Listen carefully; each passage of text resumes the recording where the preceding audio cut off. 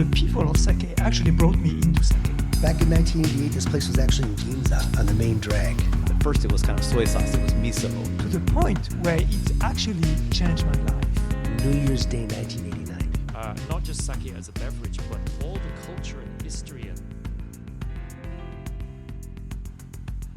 Thank you for tuning into another episode of Sake on Air, the world's first podcast dedicated to expanding the dialogue surrounding Japan's iconic beverages, sake, shochu, and awamori. My name is Miho, and today I'm with Robert Yelling. He's a Japanese pottery expert, and together we'll be talking a lot about sake cups and vessels. Hi, Robert. Thank you for coming. Well, it's a joy to be back on Sake on Air, and I thank you for having me after 6 years from our previous session together. So thank you very much. Yes, we talked to Robert 6 years ago in 2020, episode 52. It would be great if you could listen to it after this episode or before. So I think Shuki or sake vessels are quite unique to Japanese drinking experience. That is not, there's no parallel in other drinking cultures around the outside of Japan. Maybe there is, but I can't really think of any. Yeah, I think the closest would be China or Korea because they also have a tea culture. But in the West, I don't know either. I can't think of any other than maybe beer steins in Germany. But yeah, I think you're right. And of course, it's indebted to the world of tea and the tea ceremony because a lot of vessels that we see were part of a kaiseki meal. And thankfully that has survived throughout the ages and such a Japanese wonderful aesthetic, a kaiseki meal. And guinomi and tokuri are part of that, as well as katakuchi, which is a spouted pouring vessel. So I agree with you. I don't think there's any other culture that's taken a simple thing as a sake cup and brought it into so many varieties of styles. That's what's the joy of Japanese ceramics and Japanese pottery is that there's so many different styles like sake because of the regions. And you have up north, there's not a whole lot. There's Tsumuyaki, I think, up in Tohoku somewhere. Of course, Mashiko in Tochigi. But every region has some local potter. Even if there's not a historical association like these ancient kilns, there are individual studio potters throughout Japan.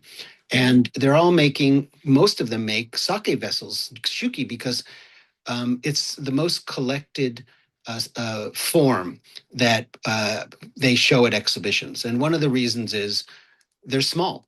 And a lot of people live in small houses or apartments or whatever.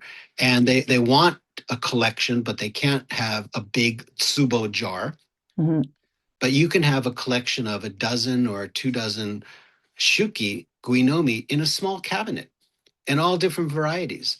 And it will give you so much pleasure, and one of my dilemmas every night is, which one am I going to use? Which one is calling me? Robert, pick me. So, I have hundreds of guinomi because that's how I started out as a collector. And I have ones that I bought long ago that were teachers in a way. I've learned the lesson from them. I don't find them interesting anymore. But they were, a growing level of learning about different styles, different makers, different price points. And, the first one I bought was at a supermarket in aisle 7 next to, the miso packs. It was like 300 yen. Yeah, what did it look like? The very first Well, it was, probably it was machine made, porcelain with, painted flower or something. So kind of a cliche looking sake cup.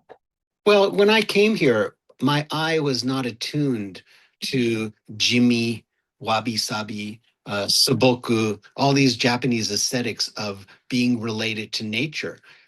My eye was still a Western eye looking at something that pops out as beautiful. And that was imari porcelain or kutani, things which had great skill as painterly type of items. Yep. And that was a good start. And somebody gave me a Bizen Guinomi once, or a Unomi, and I couldn't understand it because I was trying to get to the essence by looking at it with the eyes of a Renaissance perfection, Western educated eye. And the cup was like, shut up. The cup told me to shut up and look and talk to me in silence. Mm. And then you will get the essence of the beauty of material, just like a great chef. In Japan, they don't cover it with sauces. Like, you can take a onion and fire it in a wood burning kiln with a oven with a little salt, and it's the best thing you've ever tasted. And Bizen is bringing out, and other high fired unglazed stonewares are bringing out the beauty of the clay, the material. Mm-hmm. And each one is unique. You can never get the same one. And then it becomes like holding a shell or a rock. It's right out of nature. Mm-hmm. And of Yes. course, there's the consciousness of the potter, but there's also the reverence of material. Yes. Listening to your previous episode, I realized how drinking sake in a nice sake cup is a holistic experience. Not just the taste, but the touch, the temperature, the smell, and even the sound. You were talking about how tokuri makes this specific sound when pouring into a cup. Tok, tok, tok, tok, tok, tok, tok. Yeah. Right. Yeah, you want it, as I might have mentioned in the previous episode, like 6 years ago, I don't remember. But when you're buying a tokuri sake flask, find one where the opening and the neck is about as wide as your pinky or thereabouts, because then it will make that rhythmical sound, which is very poetic. Mm-hmm. If it's too wide, the sake just gushes out, and that's rather boring. But yes, it is very holistic because you're holding something out of nature. You're holding something that was born from a kiln, Mm-hmm. where the artist, the potter, the ceramicist, whatever you want to say, is working with nature, and sometimes letting go of control. And that's where kind of the magic happens. And you're holding something that is rooted in the present, but is related to the past, and will bring somebody happiness in the future as well as it brings you happiness now. So yes, it is very holistic. And holding a tea bowl is very holistic because, as I mentioned, it's nourishing your whole essence of being. It's not just what you're drinking. You're examining it, you're holding it, you're looking at it. And I've heard people say, I was using this Buinomi and I enjoyed it so much that I forgot 2 hours passed. If time ceases to exist. It's really amazing. It's a magical vessel. It truly is. So out of the 100 plus sake cups that you have, how do you pick one for the night? Or do you go through a few different cups in one I night? do. I do. Mm. I do. I have a nice lacquer tray and I'll put 2 or 3 Guinomi. Oh, nice. It's about seasons. Mhm. I really love, it's called Suchi Aji, the flavor of the clay. So I tend to go for works that are high fired unglazed stoneware like Bizen, Shigaraki, sometimes Tamba, Eichizen.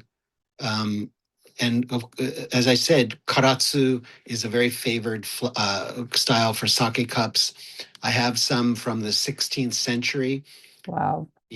And I'm like, okay, I want to use that. Or maybe I'm thinking of an artist or a deceased artist or somebody I know. Then I'll like, oh, I want to talk with this person, and I'll do that via holding their cup. So yeah, there's no guidance really or rote method. It's all a feeling basically. Mm. Right. It's like picking what to wear for the day. What to wear for the day, or Mm. trying to, look in the sky full of clouds and pick your favorite one. They're all kind of cool. But it makes such a difference. But like I said, a lot of people they just want to drink, but drink with style, drink with grace, drink with flair, and support the culture not only through buying sake, but also the great ceramicists throughout Japan who want you to enjoy it in a way that is a Japanese aesthetic. You know, glasses are fine. What's the glass maker who's making Ginjo glasses and Riedel. Great. If that's your introduction, do it. And I know one person who's like, I will never drink sake out of a ceramic cup because it's not rounded as much as I like because I like to swirl the sake around and get aroma, a nose to it. Okay, that's fine. Just drink sake, nihonshu. Um, and maybe one day you'll figure out that you can swirl some around, a wide bodied sake vessel, and there are those. You can swirl it around and get a nice nose to it. And of course, the different shapes of the guinomi and the thickness of the lip will change flavor profiles. I probably mentioned that, in the past. Yeah, you A definitely wide did. open cup with a thin lip, the sake comes right to your tip of your tongue. If it's a taller cup with a thicker lip, it'll go to the back of your tongue. So you put the same sake in both of those cups, you'll come out with a different flavor profile. Mm-hmm. Yeah, so your friend, what he or she can do is maybe use a glass to get all the aroma first, and then for the second cup, he or he can choose a different ceramic, like a different cup that could be ceramic, because the touch to the lips really adds another layer to the joy of drinking. It's very sensual. There was once a Bizen potter named Nakamura Rokuro, and he was known as the king of Shuki. His sake cups, and I'll send you a photo if you want. It's called a mountain path, Yama no Michi, and it kind of rises and descends around the cup. But where the cup meets your lip, it is like it's inserted so smoothly. And he always said, when you drink sake from one of my cups, it should be like your first kiss. Yes, you mentioned that quote in the previous episode, and I didn't realize it was from a Bizen maker. Nakamura And Rokuro. He studied with the first living national treasure of Bizen named Kaneshige Toyo, who is responsible for the popularity of Bizen today because he was able to bring back the ancient ways of firing that were lost during the Meiji period. So he had a great teacher. And his son is Makoto, and his grandson is Kazuki. And Kazuki has exhibitions throughout Japan, and he makes sake cups, guinomi, in the style of his grandfather, equally as good, maybe zero less on the price. So search out his name. I've known him since he was in elementary school or so. Now he's in his 40s. And his cups have that kissable likeness to them when right. you put them to your lips. Yeah, it's interesting because Bizen is unglazed and a little bit rough It can compared to be. glazed ceramics, but first kiss, it is, It's I a guess. super popular style, Bizen. And as such, there are hundreds and hundreds of potters in the Bizen area. During the bubble years, there were many more, but it's the most popular style of high-fired unglazed stoneware. Of course, there's Shigaraki, but Shigaraki only has a dozen or so really, really fine potters who are making Shuki, but Bizen has dozens and dozens. So, and there are Bizen specialty galleries in Tokyo and in Kyoto as well. So yeah, go find something in the style that you like, but certainly it's called yakishime. The high-fired unglazed stoneware are kind of the core roots of Japanese ceramics. That's right. I was actually in Bizen at the end of last year and went to a studio and made my own sake cup. I'm still waiting for it to arrive, but Yeah, that's well, they only, well, if it's going to be fired in a traditional, makigama wood burning kiln, sometimes they only fire that once a year or twice a year. So you want to be waiting. Really? You made it. Well, I want to look at it. I will kante. I will oh, evaluate oh, your, please do. yeah, maybe we'll even give it a poetic name Oh, that would be amazing. and it will flow through time. Maybe somebody in 500 years or 800 years from now will look upon the cup and go, I wonder who used this once. How did it flow through time and places to come into my hands now? So there's something more than just imbibing the drink. There's the history, there's the regionality of different styles of pottery, Mhm. which are fascinating, and some of those also equate to seasons. Um, and you examine the cup. It not only nourishes your body, well, gets you buzzed at the same time. It also you look at it, you examine it, you turn it over, just like a chawan, a matcha bowl. After you drink matcha in a traditional ceremony, you turn it over, you look how the foot is carved, and you can do that with guinomi as well, which is sake cup. I mean, there's different terms. There's sakazuki, there's hai, there's choko, and there's guinomi. But guinomi is basically the term used now, and it's a lot bigger than ochoko because sake is more available now to the masses, and you have larger cups. But you don't have to fill them, right? It's the the empty space, which is part of the enjoyment.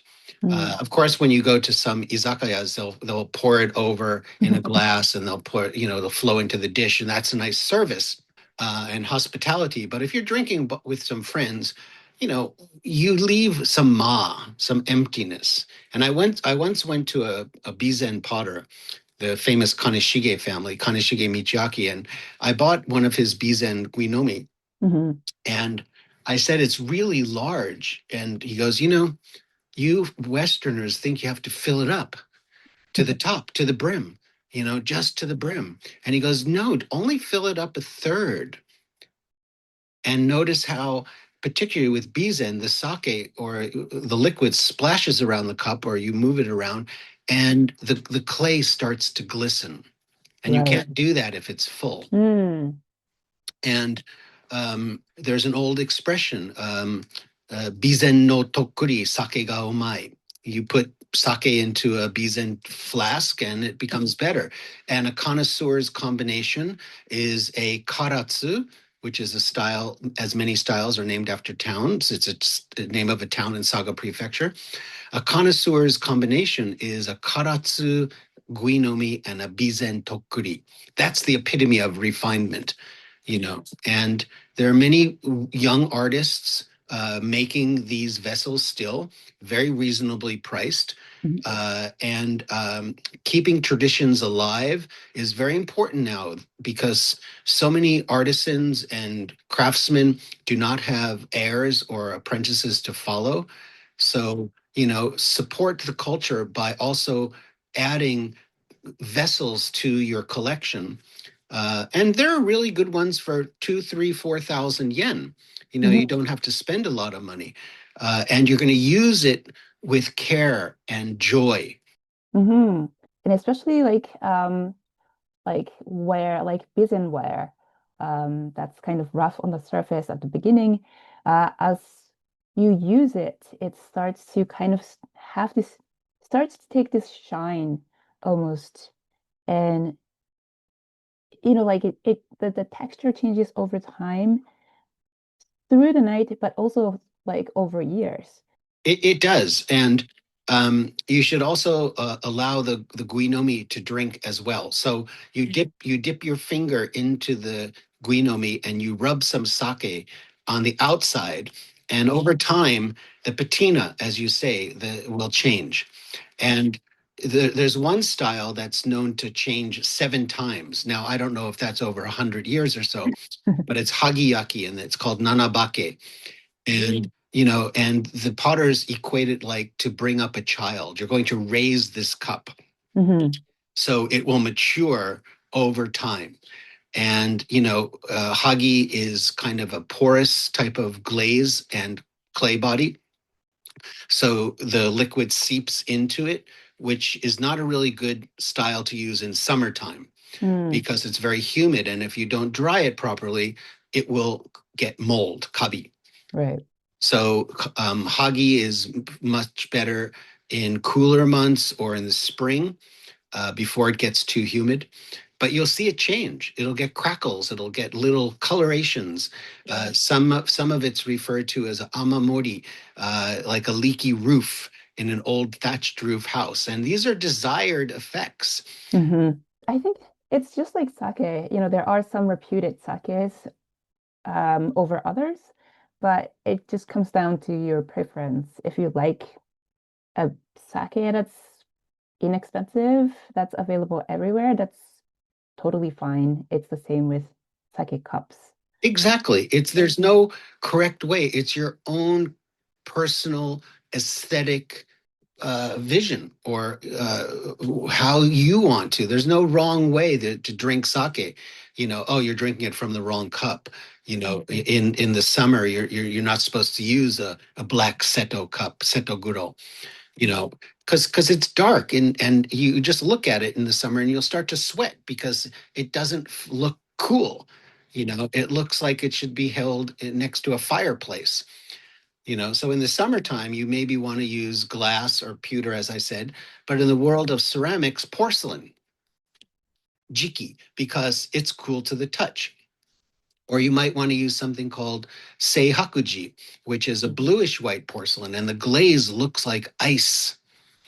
So just gazing upon that in the deep humidity of midsummer, you'll feel cool just from the emotion the cup imparts to you. You know? You have so many cups, and just out of personal curiosity, how do you keep them? How do you store them? Because that's becoming a problem for me.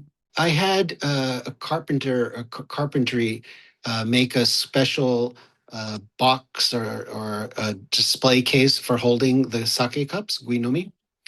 Um, so, yeah, and I have a room upstairs totally devoted to the whole collection. Wow. Some of them are in chadansu, like you can find them at flea markets, temple markets, a tea chest. Um, and I think there are makers of boxes specifically for guinomi. Wow. So I kind of have a tana, a little chest Hmm. with 5 or 6 shelves, and at the front of the shelf there is like the raised bar so they won't slide out. And I often keep them upside down to dry them. I don't put them flat so the air can't get inside. But you also want to dry the base. That's how a lot of them. But I'll send a picture. I'll show you if you want. Do you go through trends, like a personal trend of Yes, different yes, styles? yes. Okay. What is your trend currently? Well, I'm always looking for specific artists and particularly ones that well, I met Tsuji Seimei.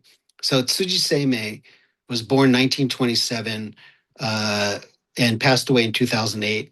He was known as the Yokozuna sake drinking potter of the East because he was just like a Shuki master. His tokuri are bold and they have the perfect lip on the tokuri, which is kind of like a tulip. So it's easy to pour the sake in because it's kind of everted. Uh, and every day on private auctions or public auctions, I'm looking for Tsuji Seimei's work. And then in Bizen is Mori Togaku, who was born in 1936. So he'll be 90 years old. Wow. Still making. And when Hideyoshi went to Bizen in the late Momoyama period, he designated 6 families as his honorable craftsmen, and the Mori family is one of them. So his history goes way back. And he built a very large kiln, 85 meters. It took him 26 years to build this kiln. 85 meters long, 6 meters across, Wow. 26 years to build, 5 years to load the kiln. So to me, he's like Hercules. Wow. And his guinomi and tokuri are like Zen. They have an aura of a Zen monk. Wow. So he only fires every 5 years? No, the kiln was loaded. It took 5 years to put the pieces in the kiln because it was so large. Wow.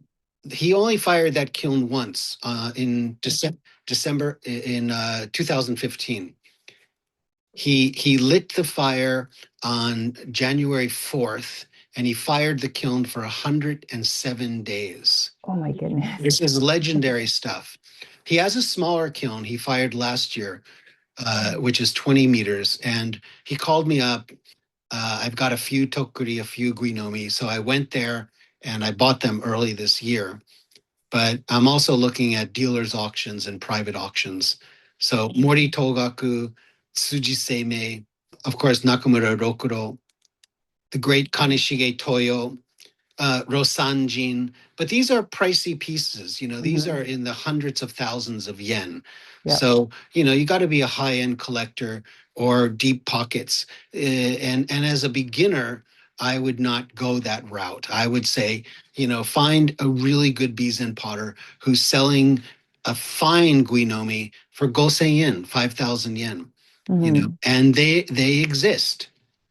Right. So start low and then go high. Yes, as with anything, I guess, with clay. And, I have my gallery here in Kyoto, and I'm using an old kusuri dansu, an old Korean medicine chest, as a display chest for guinomi now. So once where there were potions and all types of herbs in the drawers, there's all these sake cups, and I don't remember which one is where. So yeah, I do go through trends and I go to feeling, but it comes and goes. But those 3 people are always on the lookout for. Wow. Yeah, I'm not there yet to follow specific artists.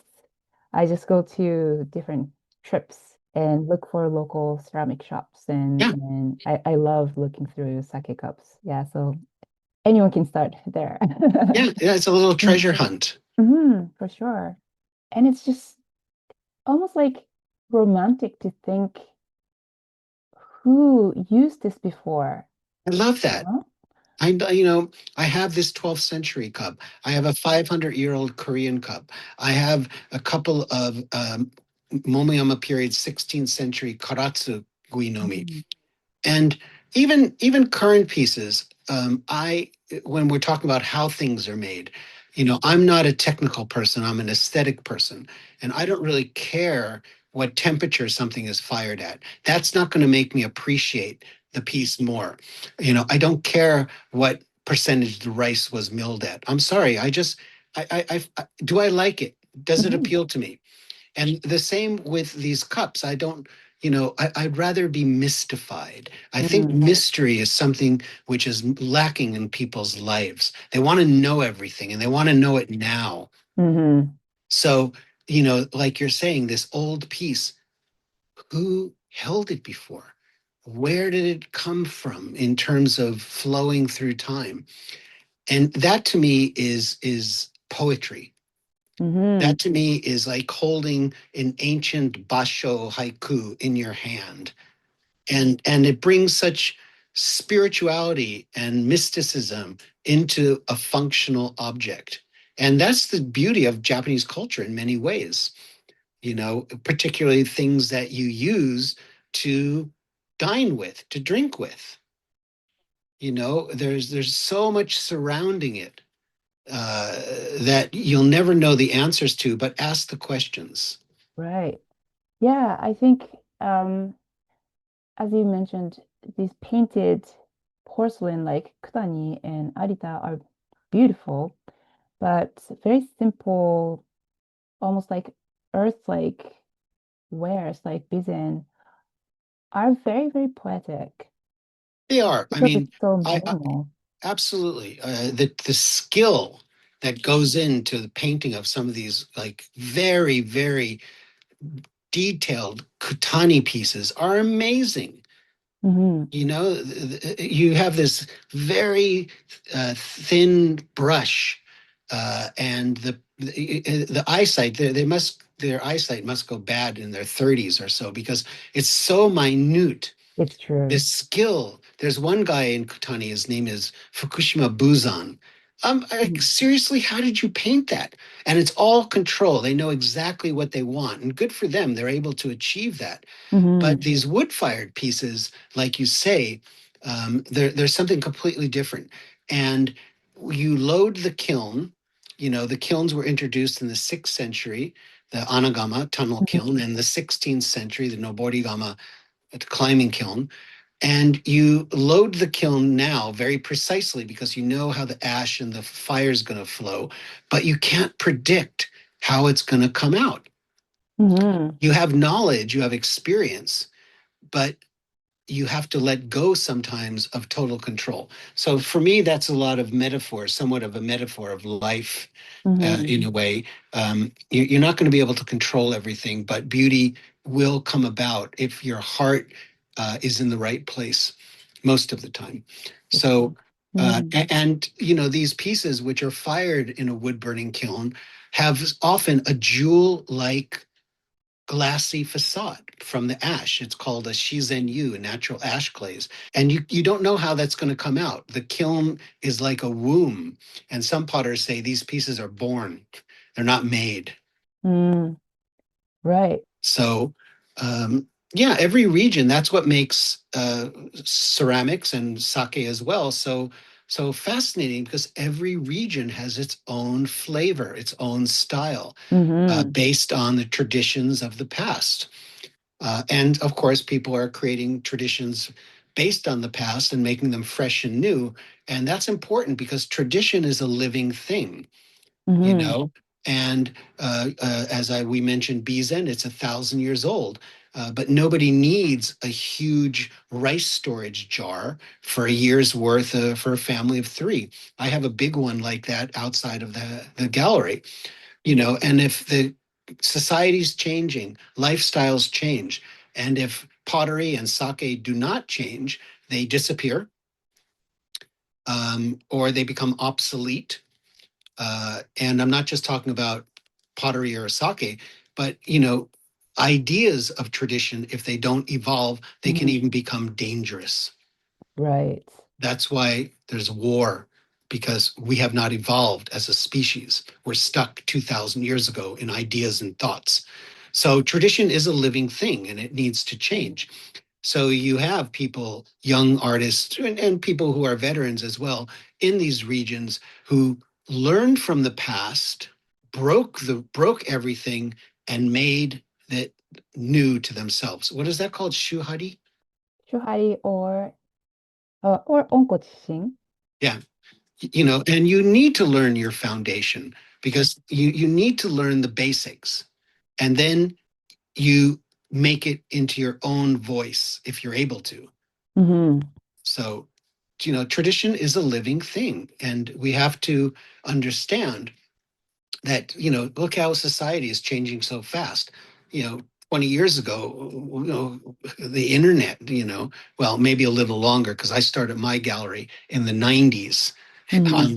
in the infancy of the internet. So, but that was science fiction for me growing up. I'm 65 now, and society's changing so quick, even more at a rapid pace than Hmm. ever. Um, so ideas, traditions have got to keep up with that change. Right. And there's a great poem by Lao Tzu, 6th century Chinese philosopher. Mhm. And he said that each piece should be as a heartbeat or a signature of the potter. Mm. And that will make the pot better, which is more alive. And the better developed a potter is as a human being, the better the pot. For there's no real beauty without character. Mm. So there's a consciousness, it's going beyond technique. Anybody can learn to throw a guinomi or a rice bowl. Mhm. That's technique. But we're looking for spirit, and we're looking for the consciousness in a very subtle, quiet way when you hold something made by a person. Right. And thankfully, there are wonderful women now making great guinomi. Really, really wonderful. My favorite is Kimata Kaoru. Mm. She was just here a couple of weeks ago. She brought about 20 guinomi. I bought them all. Wow. She studied in Karatsu. She's now in Hyogo. And, she loves sake. And like I said, or maybe I haven't said it, if a potter does not drink sake, they probably will not make a really fine sake cup. because Interesting. because the experience of using something that you made based on a beverage will only make it more enjoyable to use.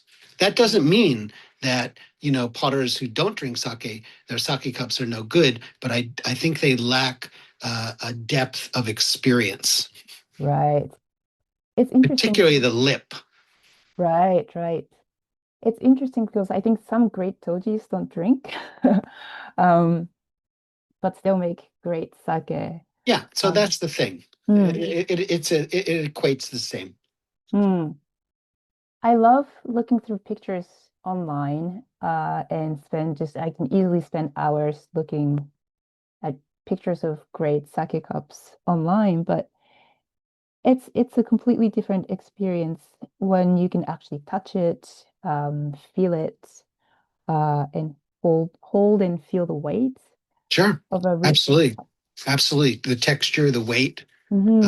it's not just the visual beauty, it's all of the things you just said. When I started collecting, there was no internet, but there was a publishing company called Koge Shuppan, Hmm. and they would have picture books. It was like all Guinomi and by hundreds and hundreds of artists.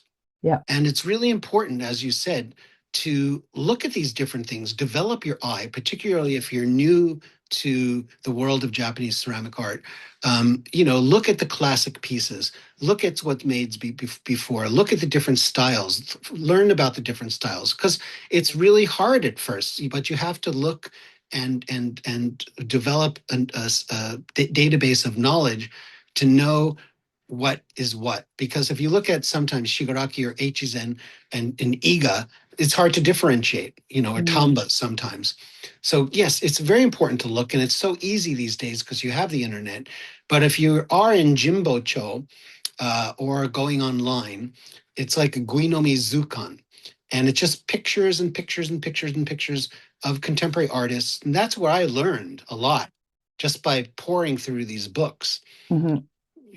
So a really, really good point, that, look, develop an eye, develop your own preferences and aesthetic, Hmm. because only you can do that. It's true. And Don't put your finger to the wind. right. So you had a morning tennis session and it's getting quite warm. Uh, what if you were to pick a sake cup? Uh, what kind of cup would it be today? Um, I'll probably go with Sujiseme, one of his cups, but also because we're going to start to get warmer, I might use a Huggy cup or something that I would not use as the seasons are changing now, slowly but changing. Before it gets too humid, I might use a cup that I would not use. And as we're getting into spring, this morning I drank matcha from a rosy type of pinkish shino. Mm. So I like to try to match with the seasons. And I think Shino is a wonderful spring type of a cup with its red and pink blushes, the beauty of this feldspar creamy glaze. So I like to use Shino in the approaching spring. A cup that I got from Kimata-san, which is very colorful, greens and blues, and the form is so sensual in a way, and properly fits in my hand. So I had a dream about that cup, so I'll probably use that one again. No, I've had dreams of pottery. I had dreams of flying over Bizen. It's Wow. I mean, it's an obsession. I've been to Bizen hundreds of times. I take people there. So, if anybody's in Kyoto, or it's an off season for me, and you want to have a sake party, or you want to bring some friends and we'll go to Bizen, I'm sure we can arrange something. And even sake on air, you guys get together sometimes? I mean, in Tokyo, have parties? Yes, yeah. Okay, so I want to come up. I will bring a suitcase of various periods of guinomi, various styles, and let's have a little hands-on session of sake at your selected venue. We used to do that with John all the time, because John and I have kind of a parallel life. John is an engineer. He wants to know technical things. I wanted to be a poet, so I'm more aesthetics. But we would have these, we were writing columns, as you know, in the Japan Times at the parallel time. And we would say, like, is anybody reading our columns? Let's have a little gathering. So, we would put an announcement. We're going to meet. The first place was Mushu. It was in Awajicho in Tokyo. And I would come up from Shizuoka. It was easy. And then we met at Takura. Used to be in the Kokusai Forum. And John would talk about aspect of sake, and I would talk about pottery, and I'd bring up vessels, and I'd let people use them, and people are, well, I'm so nervous. Why are you nervous? Just pick it up. You're not going to break it, and everything has its own destiny. And if you do break it, it's okay. Okay. We'll get it kintsugiized. But I always found it fascinating to watch people using a really good guinomi for the first time, and their reaction, you could just see their eyes light up. Right. It's so different. And now you're not only tasting history and culture, you're holding it as well. Which can be very nerve-wracking sometimes, depending on the piece. Well, yes and no. I mean, just calm yourself, take a deep breath. Yes, it's a 16th century 4 million yen kokaratsu cup, but just be one with it. It's true. It's a problem that I have. I buy nice ceramics and then I just get scared of using them, which is silly because, I buy them to be used. Yo no be. Exactly. Beauty through using something. The person made it to be used in a calm, joyful manner. They didn't want it to be put into a cupboard in the box, stuffed away, and only brought out, some pieces are just made for special occasions, but everything has its own destiny, even a cup. So live with it, enjoy it, because life is short, and why not make every day special? Why is one day New Year's and the other not? When you go to Kawei Kanjiro's house in Kyoto, he passed away in 1966. He's got New Year's decorations up all year round. Why save that special sake? Well, you might for your anniversary or birthday, but that's also today. True. Every day is special. Every day is magic. Right. And when you're aware of that, everything, like, you're in awe of existence, that you're alive. You can flick your fingers. It took 1 billion years. Never take anything for granted, not even a sake cup. Use it. It's a gift to be able to enjoy a meal. Rosanjin said, plates are kimono for food. Nothing has been taken to this highest level of elegance, sophistication, and simplicity than a Japanese meal. Mm-hmm. The vessels, a chopstick rest can be like a dragon. Oh, my hashioki is a dragon. How cool is that? And the sake cup was made by a 14th generation who just got their new succession name. It's 10,000 yen, but it's 14 generations, or it's Mm-hmm. some new person who just graduated art university, and is having their debut show, and you happen to like it. That purchase is such a positive kick in the pants for that person. So your Mm-hmm. money speaks not only your values, but how you support other um, companies and individuals as well. So use your money wisely. Yeah, I absolutely agree. And using something you really like makes you so happy. And it's it's such a simple way of being happy and staying happy. Exactly. It's so simple. Hmm. People overcomplicate things. And yeah, sure, okay, if you're going to have, very floral Junmai Daiginjo, yeah, you want to select the proper cup. If you're having Atsukan Honjozo, you want to select another type of cup. There's open face, there's cylindrical, there's round ones. So each one of those will again give your sake a different flavor profile. Hmm. So that's part of the simple fun of opening a bottle, and like when you have a couple to choose from, which one am I going to choose from now? You know, I mean, it's a little kind of poetic game you're playing. And I love that. I love that. And of course, get a nice tray if you can, Hmm. a wooden tray or a lacquer tray, which is, of course, wood. And when you place them, it changes the ambience, the feeling. So, I love lacquerware. And my favorite is Negoro, which is black and red, dates back to the Muromachi period.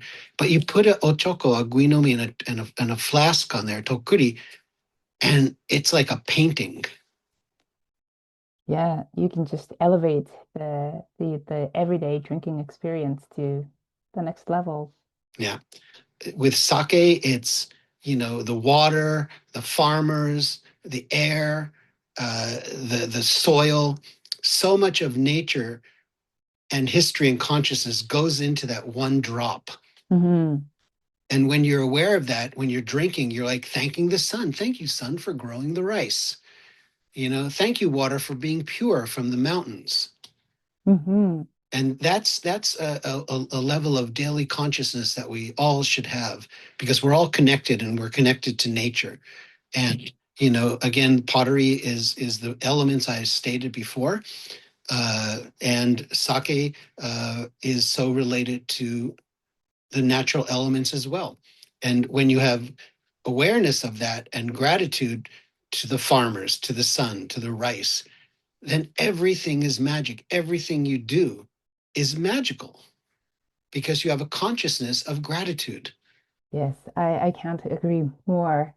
It took me a while to get to that point because Sure, when I was sure. younger, I just wanted to drink, but I'm to the age of appreciating more than just drinking.